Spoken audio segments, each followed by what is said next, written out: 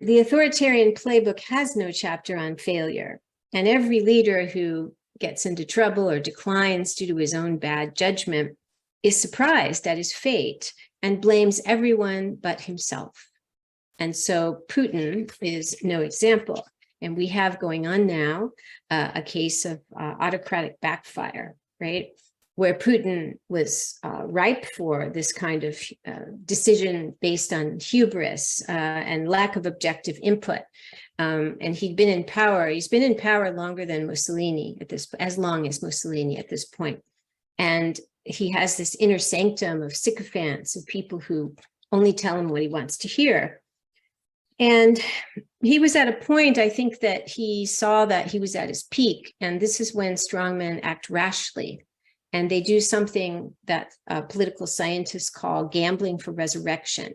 They decide they need to secure their legacy in history, and they're going to do something grandiose.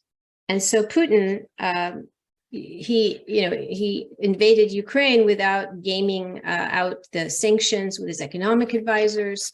And of course, famously, he did not consult his military command. And the whole war so far has been kind of drawn back the curtain for many people on the corruption and inefficiency and incompetence of autocracy. And the military, the supposedly fearsome Russian military, has been exposed as an institution that's rife with corruption. And so it should have been shut down long ago, in my opinion, but it has not gone as planned.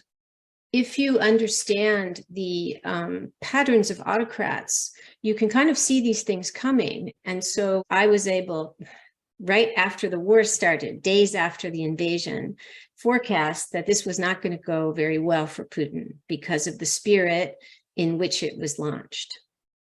And here we have voting with their feet, hundreds of thousands. I think it's up to 400,000 young Russian men have fled Russia because they don't want to be cannon fodder with, terrible rations and worse uniforms and just picked off by snipers. And it's a real vote for, it's a show of the inefficiency of autocracy.